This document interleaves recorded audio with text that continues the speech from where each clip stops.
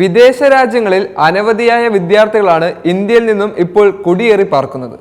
അങ്ങനെ കുടിയേറി പാർക്കുന്നതിൽ ഏറ്റവും പ്രധാനപ്പെട്ട രാജ്യങ്ങളിൽ ഒന്നാണ് നമ്മുടെ സ്വന്തം കാനഡയും. കാനഡയിൽ ചേക്കേറിയ വിദ്യാർത്ഥികളുടെ എണ്ണത്തിൽ ലോകത്തിൽ ഒന്നാം സ്ഥാനത്ത് നമ്മുടെ ഇന്ത്യക്കാരും ഉണ്ടെന്ന് തോന്നുന്നു. ഇന്ത്യയിൽ തൊഴിലില്ലായ്മ രൂക്ഷമായതുകൊണ്ടും ഇന്ത്യയുടെ മറ്റു പല കാരണങ്ങൾ കൊണ്ടും അനവധി വിദ്യാർത്ഥികളും ആളുകളും കാനഡ പോലുള്ള വിദേശ രാജ്യങ്ങളിൽ ചേക്കേറുമ്പോൾ ഇപ്പോൾ കാനഡയിൽ അതിനേക്കാൾ വലിയ പ്രശ്നങ്ങൾക്ക് വഴിവെച്ചിരിക്കുകയാണ്. ജസ്റ്റിൻ ട്രൂഡോയുടെ ഗവൺമെന്റിന് അടുത്ത തെരഞ്ഞെടുപ്പിന് മുന്നോടിയായുള്ള വോട്ടെടുപ്പിൽ പിന്നിലായതോടെ വളരെ വലിയ പ്രശ്നങ്ങൾക്കാണ് ഇപ്പോൾ കാനഡ വഴിവെച്ചിരിക്കുന്നത്. എമിഗ്രേഷൻ ആശങ്കകൾക്കിടയിൽ കാനഡ കൂടുതൽ രാജ്യങ്ങൾക്ക് മുമ്പിൽ വാതിൽ കൊട്ടിയടയ്ക്കാൻ സാധ്യതകൾ ഏറെയാണ്. ഇന്ത്യ അടക്കമുള്ള വിദേശ രാജ്യങ്ങളിലുള്ള വിദ്യാർത്ഥികൾക്ക് ഇത് വലിയൊരു തിരിച്ചടിയായിരിക്കും നൽകുന്നത്. വിസയുടെ വെട്ടിച്ചുരുക്കലും ദൗർബല്യതയും വിലക്കയറ്റവും ഒരു പരിധിവരെ ഇത്തരത്തിലുള്ള കുടിയേറ്റക്കാർ മൂലമാണ് ഉണ്ടാകുന്നതെന്ന് പറഞ്ഞ് നിരവധി ആളുകളാണ് കുറ്റപ്പെടുത്തുന്നത്.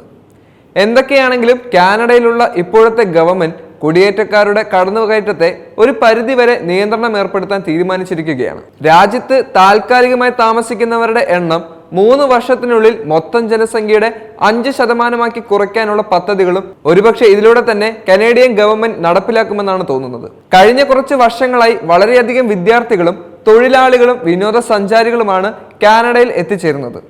എന്നാൽ ഈ കഴിഞ്ഞ ജൂലൈയിൽ 5853 വിദേശ സഞ്ചാരികൾക്ക് കാനഡ പ്രവേശനം നിഷേധിച്ചു. ബോർഡർ ഓഫീസർമാരുടെ 2024 ആദ്യ 7 മാസങ്ങളിൽ പ്രതിമാസം ശരാശരി 3727 യാത്രക്കാരെ തിരിച്ചയക്കുകയും ചെയ്തു. ജൂലൈയിൽ 285 വിസ ഹോൾഡർമാരുടെ വിസ റിജക്ട് ചെയ്യുകയും സ്വീകാര്യമല്ലെന്ന് അറിയിക്കുകയും ചെയ്തു. അതുപോലെ തന്നെ കോവിഡ് മഹാമാരിക്ക് ശേഷമുള്ള ഏത് സമയത്തേക്കാളും ജൂണിൽ അംഗീകരിച്ചിട്ടുള്ള വിസിറ്റിംഗ് വിസകളുടെ അപേക്ഷകൻ നിരസിച്ച അപേക്ഷകളുടെ എണ്ണം വളരെയധികം കൂടുതലാണെന്നും കണക്കുകൾ പറയുന്നു. 2024 ജനുവരി, ഫെബ്രുവരി, മെയ്, ജൂൺ മാസങ്ങളിൽ എമിഗ്രേഷൻ ഡേറ്റ റിപ്പോർട്ടുകൾ പ്രകാരം അംഗീകരിച്ചതിനേക്കാൾ കൂടുതൽ ഡേറ്റകൾ നിരസിച്ചതായി റിപ്പോർട്ടുകൾ പറയുന്നു. അംഗീകൃത പഠനങ്ങളും എണ്ണം വളരെയധികമായി കുറയുകയും പലരുടെ തൊഴിൽ നഷ്ടപ്പെടുകയും ചെയ്തതായി റിപ്പോർട്ടുകൾ സൂചിപ്പിക്കുന്നു. അതേസമയം തന്നെ ഓഗസ്റ്റ് 28 മുമ്പ് സമർപ്പിച്ചിട്ടുള്ള വർക്ക് പെർമിറ്റുകളുടെ പ്രോസസ് തുടരുമെന്നും കേന്ദ്രം അറിയിച്ചിട്ടുണ്ട്. എന്തൊക്കെയായാലും കനേഡിയൻ സർക്കാരിന്റെ പുതിയ തീരുമാനങ്ങൾ നടപ്പിലാക്കുന്നതോടെ ഇപ്പോഴുള്ള വിദ്യാർത്ഥികളുടെ വർക്ക് പെർമിറ്റുകൾ 35% കുറയാൻ സാധ്യതകൾ ഏറെയാണ്. കാനഡയിലെ വിദ്യാർത്ഥികൾ 37% അധികവും വിദേശ വിദ്യാർത്ഥികളാണ്. വളരെ വലിയ തൊഴിലില്ലായ്മ ആയിരിക്കും കാനഡ ഇനി നേരിടാൻ പോകുന്നത്. മുൻകാല കണക്കുകൾ പരിശോധിക്കുകയാണെങ്കിൽ തൊഴിലില്ലായ്മയുടെ എണ്ണത്തിൽ 4%-ഓളമാണ് വർധനവ് വന്നിരിക്കുന്നത്. യുവാക്കളുടെ ഇടയിലുള്ള തൊഴിലില്ലായ്മ 14.2%-ആണെന്ന് Canadian employment and workforce development official languages മന്ത്രാലയത്തിലെ റിപ്പോർട്ടുകൾ സൂചിപ്പിക്കുന്നു. 2021-നും 2023-നും ഇടയിൽ അനുവദിച്ച തൊഴിൽ വിസകളുടെ എണ്ണം ഇരട്ടിയായിരിക്കുന്നുവെന്നും കണക്കുകൾ വ്യക്തമാക്കുന്നു. ഈ പശ്ചാത്തലത്തിൽ കനേഡിയൻ കമ്പനികൾ കുറഞ്ഞ ചെലവിൽ വിദേശ തൊഴിലാളികളെ ആശ്രയിക്കുന്നതിന് പകരം കൂടുതൽ സ്വദേശികളെ ആശ്രയിക്കണം എന്ന ആവശ്യവും കനേഡിയൻ സർക്കാർ മുന്നോട്ട് വെച്ചിട്ടുണ്ട്.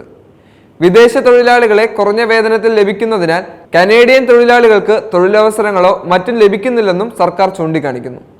ചുരുക്കത്തിൽ താൽക്കാലിക താമസക്കാരുടെ എണ്ണത്തിലും വിദ്യാർത്ഥികളുടെ എണ്ണത്തിലും വളരെ വലിയ ആശങ്കകളായിരിക്കും ഇനി കാനഡ നേരിടാൻ പോകുന്നത്. ഇപ്പോഴുള്ള വിദേശ വിദ്യാർത്ഥികൾക്കും തൊഴിലാളികൾക്കും ഇനി തൊഴിൽ ലഭിക്കുമോ, അല്ലെങ്കിൽ ഇപ്പോഴുള്ള തൊഴിൽ സുരക്ഷിതമാണോ എന്ന് പോലും സംശയമാണ്. ഈ പുതിയ നിയമം വിദേശ കുടിയേറ്റക്കാരുടെയും ഇന്ത്യക്കാരുടെയും അടക്കമുള്ള വിദ്യാർത്ഥികൾക്കും വലിയൊരു തിരിച്ചടിയാണ് കാനഡ നൽകുന്നത്.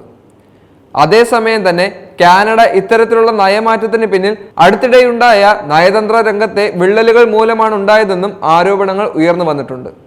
ഇന്ത്യയും കാനഡയും തമ്മിലുള്ള രാഷ്ട്രീയ സംഘർഷമായി മാറിയ സിഖ് വിഘടനവാദി നേതാവ് ഹർദീപ് സിംഗ് നിജയുടെ കൊലപാതകവും ഈ പശ്ചാത്തലത്തിൽ വളരെ വലുതായി പരാമർശിക്കപ്പെടുന്നുണ്ട്.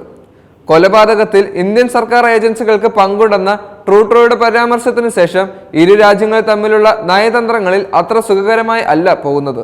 എന്തൊക്കെയാണെങ്കിലും കേരളം അടക്കമുള്ള വിവിധ സംസ്ഥാനങ്ങളിൽ നിന്നും വിദേശ രാജ്യങ്ങളിലേക്ക് പഠിക്കാൻ പോകുന്ന എല്ലാ വിദ്യാർത്ഥികളും ഇത്തരത്തിലുള്ള സാഹചര്യങ്ങൾ നേരിടേണ്ടി വരുന്നത് വളരെ വലിയ അപകട സൂചന തന്നെയാണ്. കടം മേടിച്ചും ലോൺ എടുത്തും വിവിധ വിദ്യാർത്ഥികളാണ് ഇത്തരത്തിലുള്ള വിദേശ രാജ്യങ്ങളിലേക്ക് ചേക്കേറി പോകുന്നത്. അവരുടെ ജീവിതം സുരക്ഷിതമാക്കുന്നതിന് വേണ്ടി പല വിധത്തിലുള്ള പരിശ്രമങ്ങൾ നടത്തുന്നു. അതിനാൽ അത്തരത്തിലുള്ള വിദ്യാർത്ഥികളുടെ പഠനത്തിനും ജോലിക്കും കൃത്യമായ സുരക്ഷ ഉറപ്പുവരുത്താൻ ഇന്ത്യൻ സർക്കാർ പ്രത്യേകം ശ്രദ്ധിക്കേണ്ടതാണ്.